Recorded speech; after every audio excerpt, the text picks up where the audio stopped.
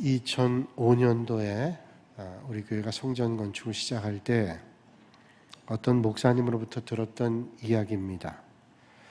그 목사님께서는 교회를 건축하는 동안에 교인들이 한 30% 정도가 떨어졌다 그럽니다.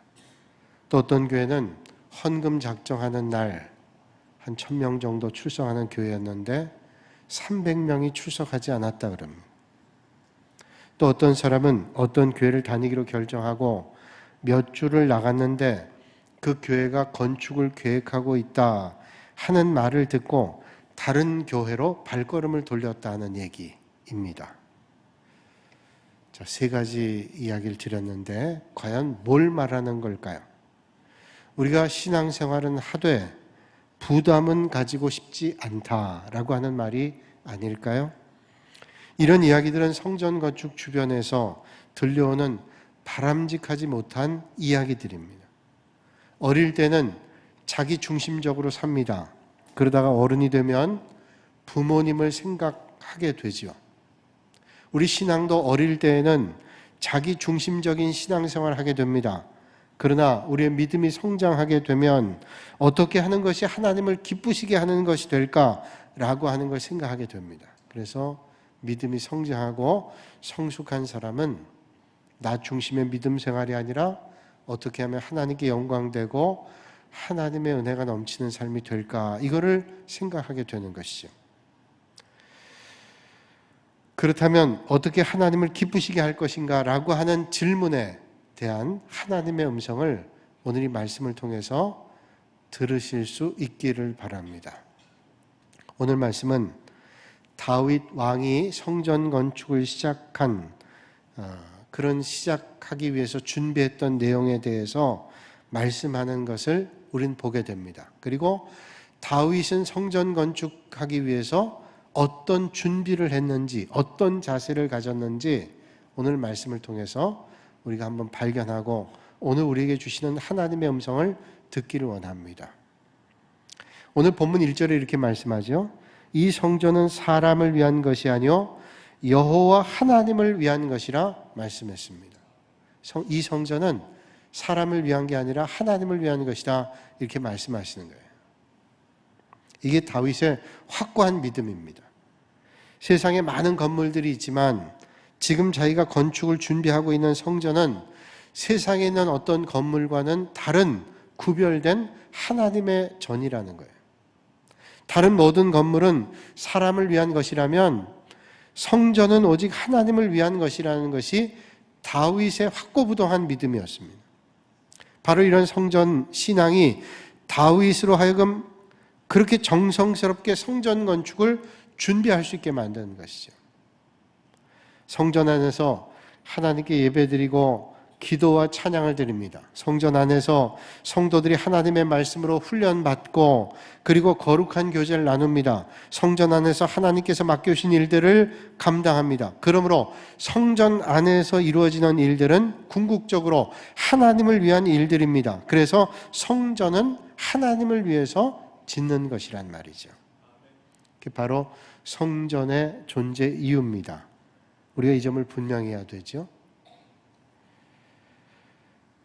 신학대학원 다닐 때 주기철 목사님, 일제강점기 때 신사참배를 반대하고 믿음의 정절을 지키다가 순교하신 목사님인데 이 목사님의 설교를 여러 편 접한 적이 있습니다. 그 가운데 1940년도에 그가 세상을 떠나기 전에 했던 설교, 일사각오라는 설교에 큰 은혜를 받았습니다. 그 일사각오의 설교 가운데 일부를 제가 읽어드리겠습니다.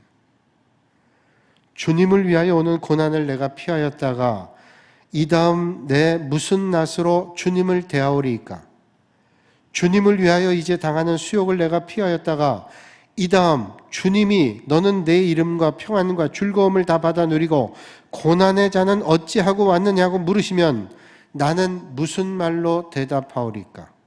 주님을 위하여 오는 십자가를 내가 이제 피하였다가 이 다음 주님이 너는 내가 준 유일한 유산인 고난의 십자가를 어찌하고 왔느냐고 물으시면 나는 무슨 말로 대답하오리까? 라고 하는 설교입니다. 주기철 목사님은 일제강점기 때 신사참배 반대하는 것으로 고난을 당했습니다. 그리고 이 고난이 주님을 위한 고난이라는 사실을 틀림없이 생각했습니다. 그리고 이 고난이 주님을 위해서 충성할 수 있는 더 없는 좋은 기회라고 생각했습니다. 이 기회를 놓치면 지금 힘들고 어렵지만 이 신사참배 반대하는, 그래서 당하는 고난을 내가 이 기회를 놓치면 나중에는 땅을 치고 후회할 날이 올 거란 생각하면서 죽음까지도 감당해 나가면서 고난의 길을 걸었습니다. 그렇죠. 때때로 우리에게는 주님을 위해 헌신해야 될 좋은 기회가 오기도 합니다. 그 좋은 기회가 어떤 때는 힘들기도 하고 어렵기도 합니다. 그 기회가 구역장으로 섬기는 일일 수도 있고, 교회학교 교사로 섬기는 일일 수도 있고, 찬양대 대원으로 섬기는 일일 수도 있고, 식당 봉사나 헌금위원이나 예배 안내위원이나 차량 봉사나 꽃꽂이나 제자훈련이나 성경 공부나 이런저런 모양으로 섬기는 일일 수도 있습니다. 이것은 더할 수 없는 좋은 기회입니다. 이 다음에 주님께서 우리에게 이 일에 대해서 말씀하신 것입니다. 그리고 우리가 최선 다해 주님의 일에 감당하면 주님께서 반드시 크게 칭찬하실 것입니다. 그러나 우리가 이 기회를 놓친다면 다음에 주님께서 내가 내게 명한 일을 어찌하고 왔느냐고 말씀하실 것이고, 그러면 우리가 주님 앞에 얼굴을 들지 못하는 날이 올 수도 있을 것이라는. 그러면 어떻게 우리가 주님의 일을 감당해야 될까요? 어떤 자세로 주님의 일을 감당해야 될까요? 오늘 본문 2절에 보면 이런 말씀합니다. 내가 이미 내 하나님의 성전을 위하여 힘을 다하여 준비하였다. 자, 성전 건축을 위해서 어떻게 준비했냐면 힘을 다해서 준비했다는 거예요. 그렇습니다. 우리가 하나님의 일을 감당하는 자세는 첫 번째가 힘을 다하는 겁니다. 힘을 다해서 준비하는 거예요. 적당히 대충 하는 거 아닙니다. 힘을 다하는 것은 내게 있는 모든 것을 다해서 힘을 다하는 거죠. 마라톤 하는 사람이 42.19km를 달릴 때 정말로 다 뛰고 난 다음에, 여러분 보통 뛰고 난 다음에 어느 정도 운동해 줘야 되잖아요. 그런데 42.19km 마라톤 한 사람들 보세요. 다 뛰고 나서 얼마 가지 못해서 주저앉습니다. 그리고 눕지요. 있는 힘을 다 쓴 겁니다. 힘을 다하는 건 그거예요. 대충 하는 거 아닙니다. 대충 해놓고 내가 최선 다했다. 그건 말이 안 되는 일이죠. 어떤 건축회사에 은퇴를 앞둔 건축 설계사가 있었는데 그 건축회사의 사장이 불렀습니다. 이제 은퇴 얼마 안 남으셨죠? 그동안 애 많이 쓰셨는데 은퇴하시기 전에 마지막 임무 하나만 좀 해주십시오. 그리고 집을 한 채 좀 지어달라는 거예요. 은퇴를 앞둔 설계사가 섭섭한 마음 들었어요. 아니, 내가 지금 은퇴 앞두고 있는데 이제 얼마 남지 않은 날들을 좀 쉬다가 은퇴하게 하면 어떨까? 그러면 얼마나 좋을까? 그런 생각하면서 섭섭한 마음 들었어요. 불평이 들었습니다. 그래도 사장이 시킨 일이니 안 할 수도 없고, 그래서 불평하면서 건축했어요. 감독도 소홀히 하고 그냥 자재도 대충 쓰고 뭐 건축하는 일 별로 중요시 생각하지 않고 그렇게 건축을 했습니다. 다 짓고 사장에게 열쇠를 갖다 줬어요. 다 짓고 이제 집이 완성됐습니다. 그리고 열쇠를 갖다 줬어요. 사장님이 자기를 부르더니 얘기합니다. 사실 이 열쇠는 제가 선생님에게 드리는 겁니다. 뭐냐면 그동안 평생 우리 회사에서 열심을 다해서 일해줬기 때문에 제가 고마운 마음으로 마지막 집을 드리는 겁니다. 그때야 이분이 후회가 되더래요. 이럴 줄 알았으면 내가 좋은 자재를 가지고 정말로 열심히 감독해서 내 집을 짓는 건데 열심을 다해서 지을 걸 하는 후회를 했다라는 거예요. 여러분, 주님의 일을 할 때 어떤 때는 주님의 일이 내 일보다 소홀히 하다면 내가 주님께 힘을 다하는 걸까요?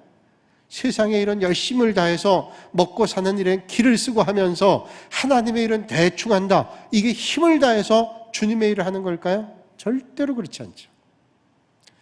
마가복음 12장 41절 이하의 말씀 보면 예수님께서 헌금에 대해서 가르쳐 주시는 말씀이 나옵니다. 예수님 당시에 성전 여인의 뜰 앞에 헌금함이 있었다 그래요. 우리가 알다시피 성전에는 당시에 제일 바깥쪽에는 이방인의 뜰이 있고 조금 안에 들어가면 여인들의 뜰이 있고 그 안에 들어가면 유대인 남자들 뜰이 있고 그러면서 나중에 안쪽으로 들어가는 거죠. 그러니까 여인들의 성전 뜰에 헌금함이 있습니다. 그 헌금함에는 하나님 앞에 드리는 예물도 있고 성전세도 있고 그리고 어려운 사람들 돕는 구제에 대한 헌금도 있고 성전 유지 보수하는 데 쓰는 헌금도 있고 그런 것들 다 드리는 겁니다. 그러면 제사장들이 입구에 있다가 헌금을 얼마나 하는지 확인을 하기도 하고 그걸 공개하기도 합니다. 그 자리에 예수님께서 옆에 앉으셔서 제자들과 함께 헌금하는 것을 보고 계셨대요. 여러분 참 이거 의아하잖아요. 예수님께서 왜 성전 입구에서 헌금하는 사람들을 보고 계셨을까요? 그때 큰 부자가 와서 많은 헌금을 하고 자신을 드러내고 싶어 했던 모양이 있었던 것 같습니다. 그리고 난 다음에 가난한 과부가 헌금을 하는데 정말 작은 돈을 했어요. 2렙돈이라고 하는 가치의 돈을 헌금했습니다. 유대 나라의 화폐 가치 가운데 가장 작은 것이 렙돈입니다. 동전, 렙돈. 이 렙돈을 정확히 얘기한다면 한 렙돈이 보통 노동자들의 하루 임금의 128분의 1이라는 거예요. 그러니까 128분의 하루 일당의 1인이 얼마나 작은 겁니까? 만약에 일당이 7만 원 정도 받는다 그러면 오늘로 7만 원 받는다면 그 돈은 500원입니다. 만약에 한 14만 원 받는다 그러면 그 돈은 1,000원 안팎의 돈입니다. 결코 큰 돈이 아닙니다. 그런데 그 돈을 가지고 했단 말이에요. 아마 하면서 부끄러운 마음, 미안한 마음, 뭐 그런 마음 가지고 했을런지 모르겠어요. 했습니다. 주님께서 2렙돈 드린 여인을 보면서 제자들을 향해서 말씀하죠. 이 가난한 과부는 헌금함에 넣는 모든 사람보다 많이 넣었도다. 지금 2렙돈입니다. 500원에서 1,000원 정도 드리는 이 여인의 헌금을 보고 제자들에게 말씀하기를 이 지금 헌금이 여기에 넣은 그 모든 사람보다도 많은 것을 하나님 앞에 드렸다는 거예요. 물론 액수로는 아주 적게 헌금했습니다. 그런데 가장 많이 헌금했다는 말씀입니다. 그 이유가 뭘까요? 성경에 말씀하죠. 이 과부는 생활비 전부를 하나님 앞에 드렸다는 거예요. 이 과부에게 2렙돈은 세상 사람들이 볼 때 얼마 안 된 돈이지만 이 여인에게 2렙돈은 생활비 전체라는 거예요. 이게 없으면 생활을 못할 정도로 그렇게 궁색한 삶이라는 거예요. 그러니까 자기가 할 수 있는 전부를 힘을 다해서 하나님 앞에 드렸단 말이죠. 사람들은 액수를 봅니다. 그래서 액수로 그 헌금을 얼마나 많이 했는지 적게 했는지를 평가합니다. 그러나 하나님께서는 힘을 다했는지 아니면 다하지 않았는지를 하나님이 평가하신다는 거예요. 다시 말하면 하나님께서는 헌금한 액수가 다른 사람과 단순 비교해서 많다 적다 말하지 않는다는 거예요. 여러분 당연히 부자가 헌금할 때는 많이 해도 워낙 많은 사람은 많다고 생각되지 않잖아요. 근데 적은 사람은 다른 사람이 적다고 생각해도 자기에겐 너무 힘들 때가 있어요. 그러니까 우리가 생각하는 기준과 주님이 보시는 기준은 다르다는 겁니다. 그런데 이 말을 오해해서 하나님은 많이 하시는 것을 즐겨 받으시는 게 아니라 부담 없이 하는 것이라고 왜곡해서는 안 된다는 거예요. 여러분 이거 주의해야 되는 겁니다. 하나님 앞에 드린 거 부담 없이 해야지 라고 하는 것으로 스스로 만족할 때가 있다는 거예요. 주일학교 때 선생님께 들은 말씀이에요. 어느 주일날 아버지가 아들이 교회 가는데 헌금을 줍니다. 옛날에 연보하라 그러죠. 연보해라. 그리고 1,000원짜리를 주고 그리고 100원짜리 5개를 주면서 이건 너 가든지 오든지 하다가 뭐 아이스크림을 먹든지 과자 사 먹든지 이거 삼고 1,000원은 꼭 연보해야 돼. 근데 그날 아이가 교회 갔다 왔는데 1,000원짜리가 한 장이 그대로 있는 겁니다. 그래서 아버지가 이상한 거예요. 너 내가 1,000원 연부하라는데 그 돈은 뭐냐 그랬더니 예, 제가 오늘 교회 가서 예배 드리는데 주일학교 목사님께서 말씀해 주시는데 하나님은 헌금을 기쁨으로 내는 사람의 헌금을 주님은 받으신다는 거예요. 그래서 제가 500원만 헌금했습니다. 그게 무슨 말이냐 그랬더니 저는 1,000원 헌금할 때보다 500원 헌금할 때 마음이 기쁘거든요. 그러니까 기쁨으로 해야 주님 받으신다니 내가 500원 기쁨으로 드렸어요. 말은 되잖아요. 그건 말씀을 왜곡하는 거죠. 말씀을 왜곡하는 겁니다. 이게 과연 기쁨으로 하나님 앞에 드리는 걸까요? 그런 믿음의 자세는 안 드리는 게 더 기쁘겠지. 하나님을 과연 믿는 거예요, 그게? 하나님을 믿는 게 그게 믿음입니까, 그게? 하나님은 우리가 힘을 다해서 정성을 다하여 기쁨으로 드리는 그런 예물을 받으신다는 거예요. 그건 뭐냐? 내가 정말로 주님을 사랑하기 때문에 온 마음을 다해서 다 드리고 싶은데 다 드릴 수는 없고 먹고 살아야 되니까 그래서 내 최선을 다하는 거, 이걸 주님이 받으시는 거예요. 다윗이 그런 자세로 하나님 앞에 드렸다는 거 아니에요? 우리가 잘 알고 있는 대로 미켈란젤로가 시스틴 성당의 천장에 천지창조를 그릴 때 꼭대기에서 천지창조를 그리려니 이게 정상적인 자세로 그릴 수가 없잖아요. 누워서 끈에 매달려서 그려가지고 3년이 넘도록 그리고 난 다음에는 건강에 큰 어려움이 있었답니다. 그런데 그가 매달려서 열심히 그렸어요. 그렇게 그리고 있는데 이제 거의 작품이 완성되고 있는데 또 수정하고 또 수정하고 하는 친구가 미켈란젤로를 만나러 왔는데 줄에 매달려서 그리고 있는 겁니다. 뭐 그림 다 됐는데 또 그리고 있나 생각하면서 미켈란젤로에게 얘기하는, 이제 그만 내려오라고. 뭐 다 잘 그렸고 여기서 저기까지 얼마나 높은데 보이지도 않는데 뭘 그렇게 수정하냐고, 내려오라고. 그래봐야 아무도 몰라. 그때 미켈란젤로가 아주 유명한 말 하죠. 아무도 몰라? 적어도 나는 알아. 나 알 뿐 아니라 하나님께서 아셔. 내가 거룩하신 하나님 앞에 올려드리는 그림을 나도 알고 하나님이 아는데 대충 할 수 없지. 이게 힘을 다하는 거 아니에요. 여러분, 적어도 하나님의 일에 힘을 다하실 수 있는 여러분들이 되시기를 주님의 이름으로 축복합니다. 뿐만 아니라 3절 말씀 보니까 그는 힘을 다했을 뿐만 아니라 3절이 이렇게 말씀합니다. 성전을 위하여 준비한 이 모든 것 외에도 내 마음이 내 하나님의 성전을 사모함으로 내가 사유한 금, 은으로 내 하나님의 성전을 위하여 드렸노니. 무슨 말이에요? 다윗은 왕으로 그가 가지고 있는 직무로 하나님의 성전을 지을 수 있는 최선을 다했습니다.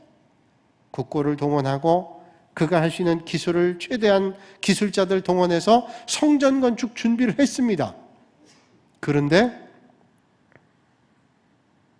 누가 봐도 가분할 정도로 최선을 다해 준비했는데 자기 마음속에는 더 하고 싶은 마음이 자꾸 솟아오릅니다. 그래서 그것으로 끝내지 않았습니다. 다윗은 지난 날들을 가만 돌아봤습니다. 내가 오늘 이 자리에 있는데 지난 날들이 어땠나 생각해보니까 처음부터 끝까지가 하나님의 은혜였어요. 자기는 목동이었습니다. 목동이었고 자기는 사실 왕이라는 걸 생각도 못했어요. 그런데 하나님께서 보잘것없는 자기를 왕으로 세워주셨습니다. 능력도 없고 연약한 자기를 하나님께서 들어서 위대한 하나님의 백성들을 이끌고 가는 왕으로 하나님 세우셨어요. 이런 감사한 마음이 드니까 뭐 드릴 것이 없나, 어떻게 하면 하나님 앞에 더 드릴 수 있겠나 생각해보니 자기에게 있어요. 금과 은, 하나님 주신 축복이 너무 많은 거예요. 그걸 드려야 되겠다 하고 드린 겁니다. 힘을 다하고 내가 지난 날들에 하나님의 돌보신 은혜를 감사하며 하나님 앞에 드리는 거예요. 이게 하나님 앞에 하나님을 위한 일들을 하는 자세라는 거예요. 여러분, 먼저 받은 바 은혜를 감사하고 하나님의 은혜 앞에 날마다 화답하고 하나님의 은혜를 찬양하는 여러분들이 되시기를 주님의 이름으로 축원합니다. 사실 다 드리고 드려도 갚을 길이 없어요. 이게 우리의 믿음의 고백이잖아요. 그리고 5절 말씀 보니까 오늘 누가 즐거이 손에 채워 여호와께 드리겠느냐 이렇게 말씀합니다. 즐거이 드린다는 거죠. 누가 즐거이 드리겠냐? 즐거이 드린다는 말씀 뭐예요? 쉽게 얘기하면 기쁨으로 드리는 겁니다. 기쁨으로. 하나님 앞에 아주 기쁨으로 드리는 거예요. 드림으로 더 기쁜 거예요. 런던에 있는 성바울 성당이라고 하는 성당이 있는데, 이 성당은 세상에 있는 건물 가운데, 건축물 가운데 가장 아름다운 건축물 가운데 하나라고 명성이 난 건물입니다. 이 성바울 성당을 건축한 크리스토퍼 렌이라고 하는 사람이 성당을 건축할 때 잘 사람들이 건축하고 있는지를 둘러봤어요. 근데 얼굴이 찡그려져 있는 한 노동자가 불평하면서 아주 힘겹게 돌을 나르고 있는 거예요. 그래서 크리스토퍼 렌이 물었습니다. 당신 뭘 하고 있습니까? 나야 지금 보다시피 이 무거운 돌들을 옮겨 나르고 있죠. 그리고 벽돌들을 쌓고 있습니다. 얼마나 힘겹겠어. 근데 조금 가다 보니까 똑같은 일을 하고 있는데 노래를 부르고 찬양을 하면서 얼굴이 힘든 가운데도 밝은 표정의 얼굴을 가지고 있는 사람이 있어요. 당신은 지금 뭘 하고 있습니까? 크리스토퍼 렌이 똑같은 걸 물었어요. 그 사람 대답했다 그러죠. 나는 지금 장엄한 하나님의 성전을 건축하고 있습니다. 똑같은 돌을 이고 나라도 그 마음가짐이 어떠냐? 나는 거룩한 하나님의 성전을 건축하고 있습니다. 여러분, 어떤 자세를 주님께서 받으실까요? 다윗은 성전 건축하기 위해 힘을 다하고 사랑하는 마음으로 자기 있는 모든 것 드리고 뿐만 아니라 즐거이 드리기로 했습니다. 그리고 이제 백성들에게 외치는 거예요. 이 일들을 누가 감당하겠는가? 6절 말씀 보니까 모든 지도자들, 가문의 지도자들과 이스라엘의 모든 지파의 지도자들과 천부장과 백부장과 왕의 사무관이 다 즐거이 드리되. 자, 지금 나열한 사람들 뭐예요? 지도자들입니다. 지도자들이 앞장서서 모든 것들을 감당하게 되죠. 그리고 9절에 말씀하기를 백성들은 자원하여 드렸으므로 기뻐하였으니 곧 그들이 성심으로 여호와께 자원하여 드렸으므로 다윗 왕도 심히 기뻐하니라 그랬습니다. 그러니까 지도자든 모든 백성이든 온 마음을 다해서 협력해서 하나님의 일들을 이루고 있었다는, 그렇습니다. 하나님의 일은 그렇게 하는 겁니다. 지도자들부터 일반 교인들까지, 나이 많은 어르신부터 어린아이까지, 형편이 나은 사람부터 정말로 형편이 어려운 사람까지 다 하는 거예요. 이게 중요한 거예요. 2005년도에 성전 건축 막 시작하면서 제가 어떤 권사님 댁에 은퇴 권사님 댁에 신방드렸어요. 신방하는데 이 권사님이 몸이 아주 약해서 입원을 자주 하는 분인데 병원에서 퇴원해서 집에 계실 때입니다. 신방 가서 예배 드리고 이제 나오려고 그러니까 권사님께서 거동도 불편하신데 목사님 잠깐만 계시라 그러더니 안방에 있는 장롱을 열어요. 장롱을 열더니 아주 깊숙한, 서랍 깊숙한 곳에서 이런 큰 보자기 하나를 꺼내는 겁니다. 보자기를 풀어 제치는데 얼마나 겹겹이 쌌는지 싸고 또 싸고 싸고 또 쌌어요. 그게 제가 숨죽여 봤다고요. 뭐가 나오나? 또 싸고 러시아의 그 장난감 인형처럼 싸고 또 싸고 참 나온 거예요. 나와 보니까 나중에 봉투 하나가 나와요. 그 봉투를 저에게 주시면서 말씀하는 거예요. 목사님, 교회 건축을 시작했다고 하는데 나는 몸이 아파 교회 간 지 오래됐습니다. 교회 건축한다는데 이거 얼마 안 되지만 성전 건축 위해서 좀 해주시면 좋겠어요. 50만 원. 적은 돈 아닙니다. 그 권사님 하신 말씀이 지금도 기억나요. 목사님 아시다시피 제가 몸이 안 좋아서 그냥 하루가 멀다 하고 입원하고 퇴원하고 반복하는데 내가 이 돈 성전 건축하려고 모아둔 돈인데 병원에 입원했다 퇴원했다 해서 이 돈 건드리면 내가 성전 건축 한 번도 못하고 하나님 앞에 가서 뭐라고 얘기하겠어요? 제가 그냥 개인적으로 한다면 말리고 싶었어요. 권사님, 병원비를 보태시든지 다른 데 쓰셔야지, 생활도 어려우신 분이, 그러고 싶은 마음이 여기까지 왔지만 그 내 돈이에요? 하나님 앞에 드리겠다고 하는데 제가 어떻게 그걸 말려요? 간절히 기도하고 하나님께서 그 필요를 공급해 달라고, 그러고 받아왔어요. 힘을 다한 거 아니에요. 어려움 가운데 있지만 여러분 필요한 게 뭐 있겠어요? 병원에 입원하면 입원비가 당장 필요하잖아요. 그런데 그거보다 나는 하나님 앞에 하는 게 뭐, 세상의 논리로 이해되나요?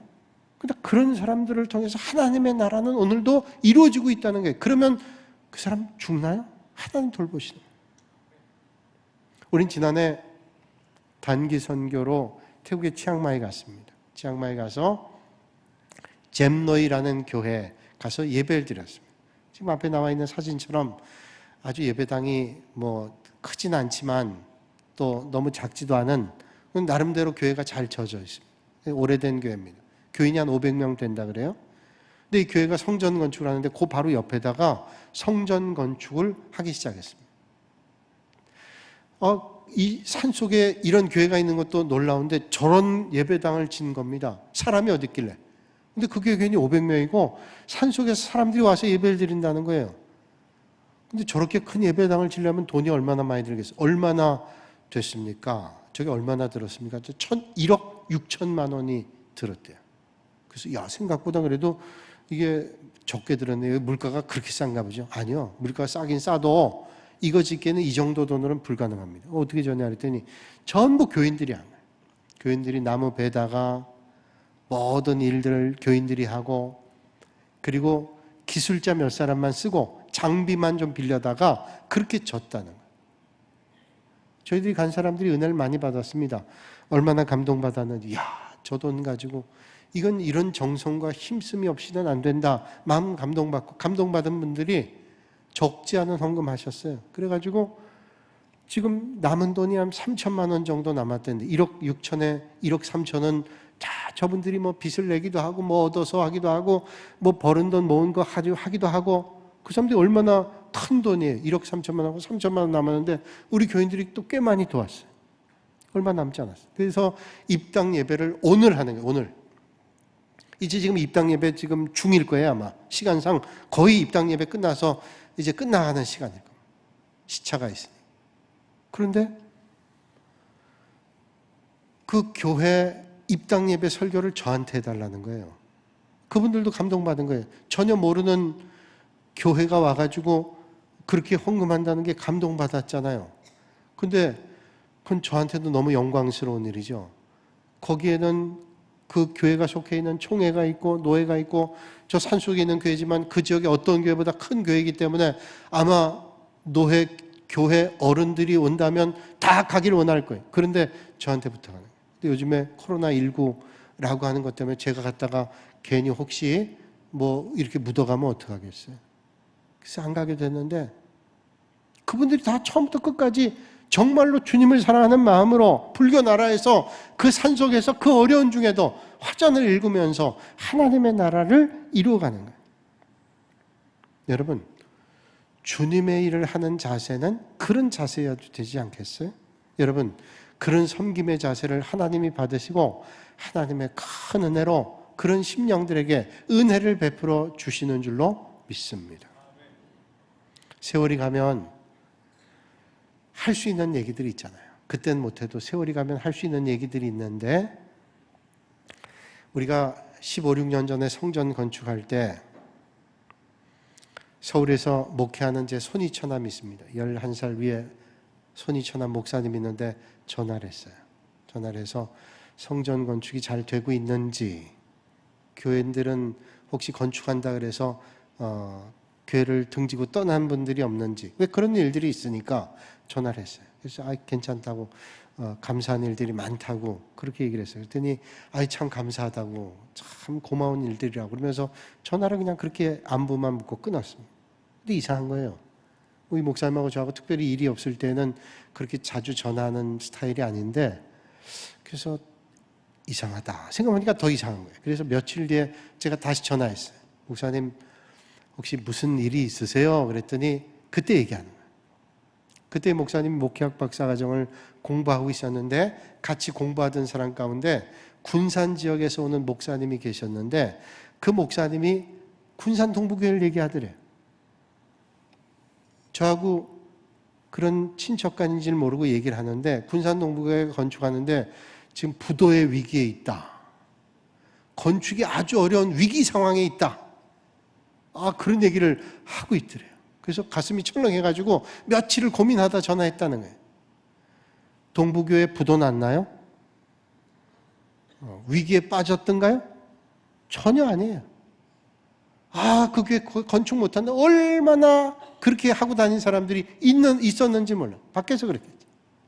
그래서 제가 그날 주일날 광고했습니다. 여러분, 이런 소리가 있는데 절대로 그 하나님 기뻐하신 얘기 아니에요.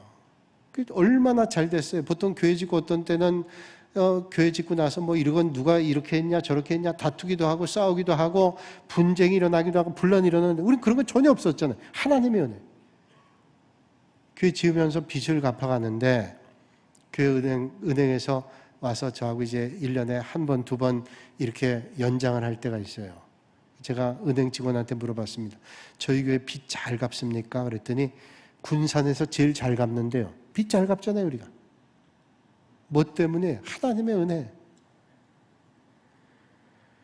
여러분, 그래서 주님 몸된 교회 섬길 때는 그런 자세를 가지고 믿음의 성도들이 격려하면서 해야 돼요.